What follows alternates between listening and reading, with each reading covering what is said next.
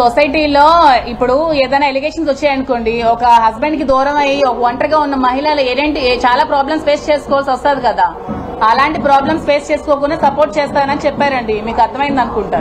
అదే నేను మీ మీడియా ముఖంగా మీ అందరికి దయచేసి రిక్వెస్ట్ చేసి నేనేం చెప్దాం అనుకుంటున్నానంటే, ఆవిడ చెప్పిన మాటలు నమ్మి నన్ను బజార్లోకి లాగద్దు. దయచేసి నా ఫ్యామిలీని, నా పిల్లల లైఫ్ ని తీయద్దు. నేను కూడా, నాకు 3 ఆడపిల్లలు ఉన్నారు. నేను ఆ 3 ఆడపిల్లల్ని పెళ్లిళ్ళు చేయాలి, పెంచాలి, చదివించాలి. చాలా లైఫ్ వాళ్ళకి చూడాలి. వాళ్ళు ఇంకా చిన్న పిల్లలు, వాళ్ళ లైఫ్ చాలా డిపెండ్ అయి ఉంది. వాళ్ళు ఎంత సఫర్ అవుతారు ఈ వీడియోస్ అన్ని చూసి అర్థం చేసుకోండి అని చెప్పడానికి వచ్చాను. ఆవిడేదో చెప్పిందని మీరు ఆ వీడియోస్ పెట్టేసి ఆవిడ చెప్పిందని నిజాలు అయిపోవు కదా. ఇప్పుడు నా పిల్లలకు నేను ఏం క్వశ్చన్ చేయాలి చెప్పండి ఈ వీడియోస్ చూసి? మార్నింగ్ నుంచి పిల్లలందరూ ఏడుస్తున్నారు, చచ్చిపోతున్నారు. నేను ఏ సమాధానం చెప్పాలి నా పిల్లలకి? ఇష్టం వచ్చినట్టు రాసేస్తారా? ఎవరెవరితో మాట్లాడరా? సొసైటీలో ఎవరెవరితో మాట్లాడట్లేదు? మీరు ఎవరెవరితో మాట్లాడరా? ఎవరెవరితో మాట్లాడట్లేదా? ఎవరెవరు ఫ్రెండ్స్ లేరా? రిలేషన్స్ లేరా? దీని ఇంత ఇష్యూ చేసి నా మీదకి రావాలా? ఆవిడకి ఫ్యామిలీ ఇష్యూస్ ఉంటే హస్బెండ్ దగ్గరికి వెళ్ళి తెచ్చుకోమనండి, లేకపోతే లీగల్ గా ప్రొసీడ్ అవ్వమనండి, కోర్టుకి వెళ్ళి తేల్చుకోమనండి.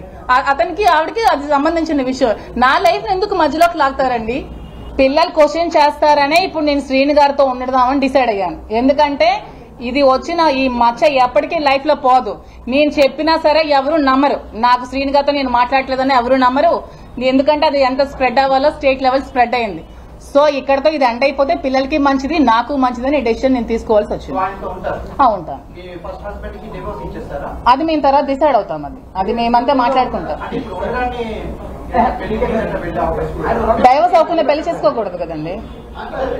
ఒక ఫ్రెండ్ గా ఉంటానండి. ఫ్రెండ్స్ కలిసి ఉండకూడదా?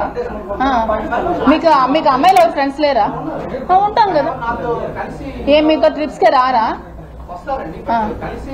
మీరు ఎప్పుడు గర్ల్ ఫ్రెండ్స్ మీరు ట్రిప్స్ ఎక్కడికి వెళ్ళలేదా? కలిసి ఉన్నంత మాత్రాన ఏదో కోరికలు ఉండిపోయినట్టే అండి.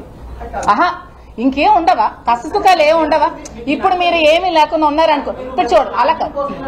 ఆద్యం మీరు ఇప్పుడు ఏమీ లేకుండా ఒంటరిగా ఎవరు లేకుండా ఉన్నారనుకో, మీరు అన్నం పెట్టమంటే నేను వచ్చి అన్నం పెడతాను. నా మనసు అంత మంచిది. మీరు భోజనం వండి పెట్టండి అంటే నేను మీకు వండి పెడతాను.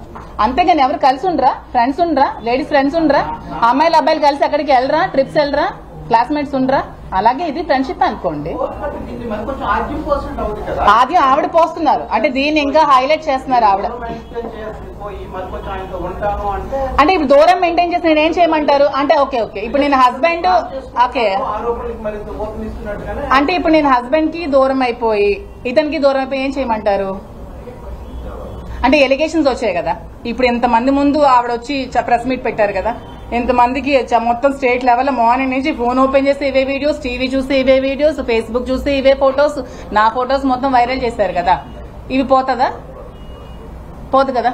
లైఫ్ లాంగ్ ఉంటది కదా. ఎన్ని ఇయర్స్ బ్యాక్ వెళ్ళినా నన్ను చూడగానే ఆ శ్రీని గారు తాలూకా అంట, శ్రీని గారు ఇదంట కామెంట్ చేస్తారు కదా. సో దానికంటే శ్రీని గారితో ఉండడం పిల్లలు క్వశ్చన్ చేస్తారనే ఇప్పుడు నేను శ్రీని గారితో ఉండదామని డిసైడ్ అయ్యాను. ఎందుకంటే ఇది వచ్చిన ఈ మచ్చ ఎప్పటికీ లైఫ్ లో పోదు. నేను చెప్పినా సరే ఎవరు నమ్మరు. నాకు శ్రీని గారితో నేను మాట్లాడలేదని ఎవరు నమ్మరు. ఎందుకంటే అది ఎంత స్ప్రెడ్ అవ్వాలో స్టేట్ లెవెల్ స్ప్రెడ్ అయింది.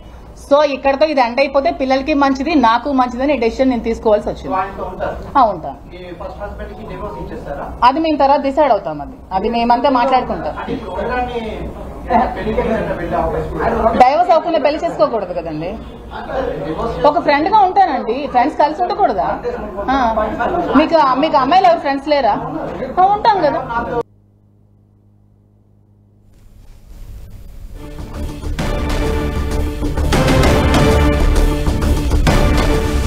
దువ్వాడ శ్రీనివాస్ భార్య అలాగే మాధురి వర్షన్స్ ఏంటి అనేవి మనం విన్నాము ఇప్పటి వరకు. దువ్వాడ మాధురి ఇప్పుడు శ్రీనివాస్ తోనే తాను కలిసి ఉంటానంటున్నారు. మరోపక్క పెళ్లి విషయానికి సంబంధించి క్వశ్చన్ చేయగా పెళ్లి కాకుండానే ఆమె ఆయనతో కలిసి ఒక స్నేహితురాలిగా కలిసి ఉంటాను అని చెప్తున్నారు. మరోపక్క దువ్వాడ శ్రీనివాస్ భార్య ఇటువంటి కార్యకలాపాలు చేస్తూ పిల్లల్ని కూడా దూరం పెట్టడం మంచిది కాదు అంటున్నారు తన భార్య. ఇక మాధురి వర్షన్ మనం విన్నాం ఇప్పటి వరకు. మొత్తంగా దువ్వాడ శ్రీనివాస్ వ్యవహారం ఇప్పుడు టెక్కలి మొత్తం కూడా స్ప్రెడ్ అయింది. ఈ నేపథ్యంలో ప్రతి ఒక్కరూ ఈ విషయాన్ని గురించే మాట్లాడుకుంటూ రచ్చకెక్కిందనే చెప్పాలి అతని వ్యవహారం అంతా. ఇప్పటికే ఈ విషయాన్ని సీఎం దృష్టికి కూడా తీసుకువెళ్లానంటూ దువ్వాడ శ్రీనివాస్ భార్య చెప్తున్నారు.